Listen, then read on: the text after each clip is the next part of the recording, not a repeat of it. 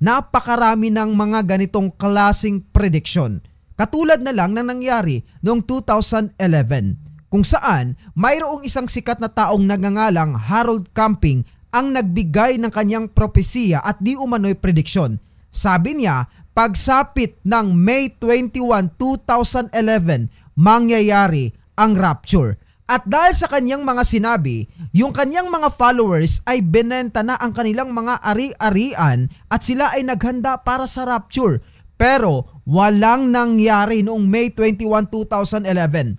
Dahil dito, sabi ni Harold Camping, mamumove ang rapture at ito ay mangyayari na sa October 21, 2011.